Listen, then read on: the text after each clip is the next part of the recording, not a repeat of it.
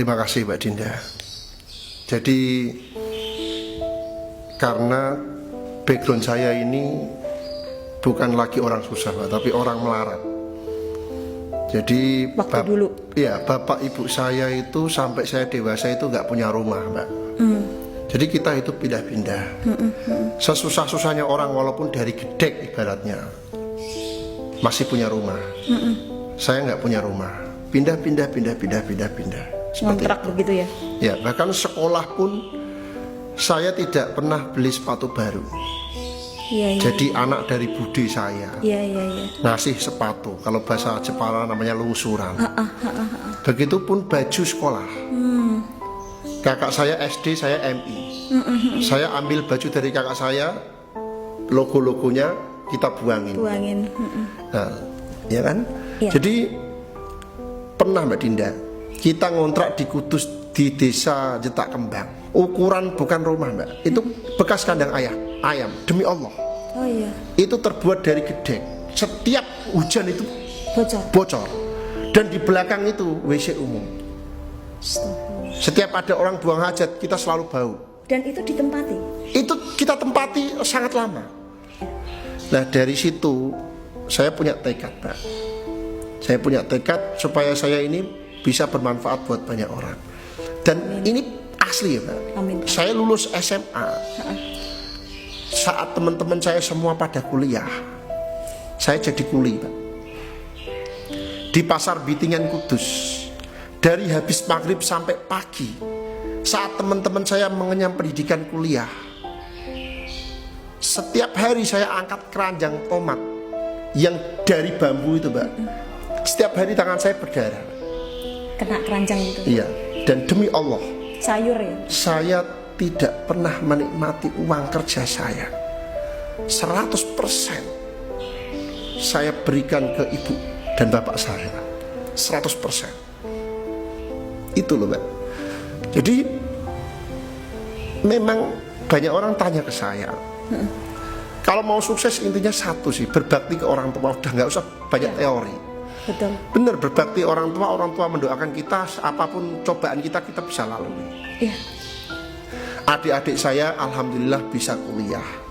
Dan saya baru bisa kuliah setelah saya kerja dan sukses.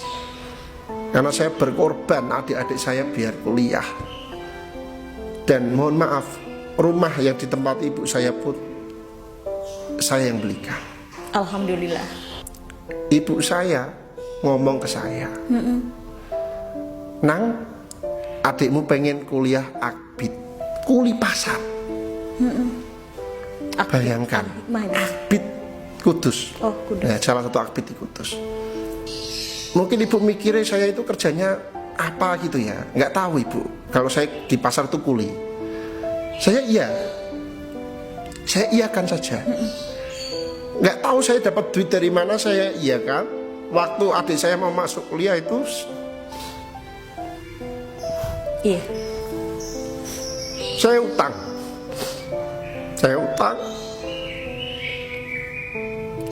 Sabar Pak. Saya jual motor biar saya bisa kuliah. Iya Pak, ngerti. Nah di situ, nah ini Allah memberikan pertolongan. Saat saya sudah nggak punya apa-apa, saya dikasih usaha. Dari saya kuli, saya bisa punya 25 karyawan jualan bawang putih impor dari Cina. Iya. Itu yang pertama. Yang kedua, saya mau menikah. Saya punya uang, katakanlah sekian ya. Itu uang itu mau saya gunakan untuk pesta pernikahan saya.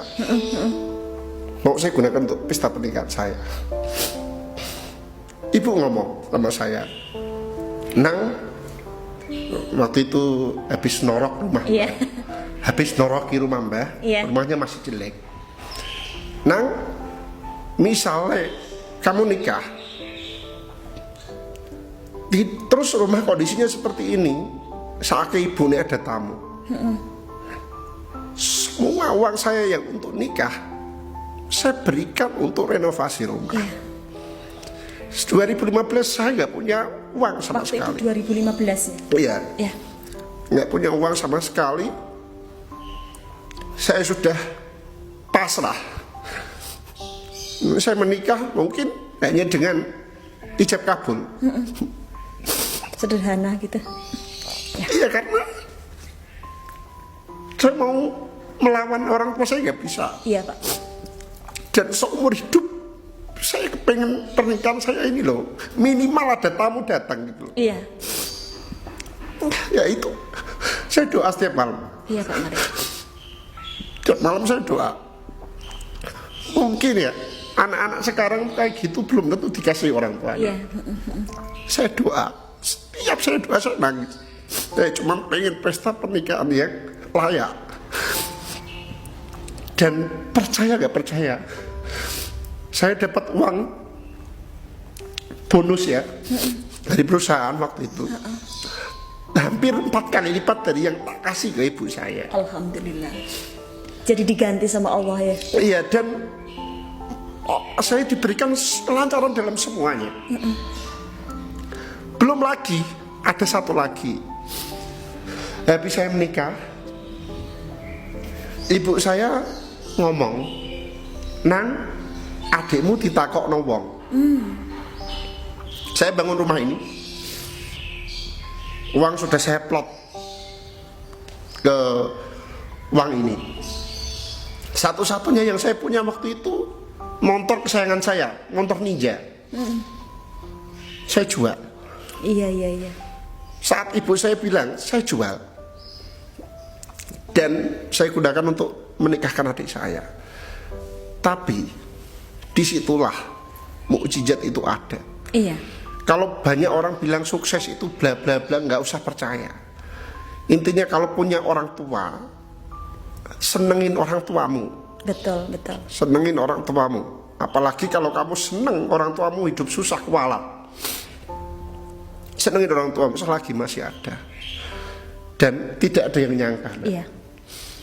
Tidak ada yang menyangka saya bisa punya mobil mewah, bisa punya rumah mewah, keluar negeri setiap tahun.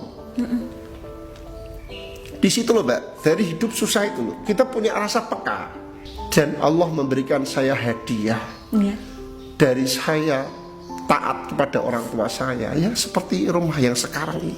Bisa dinikmati. 100% saya bangun, tidak ada utang. Iya. Itu Mbak, Iya. sebabnya itu Mbak, sebabnya Iya. ya.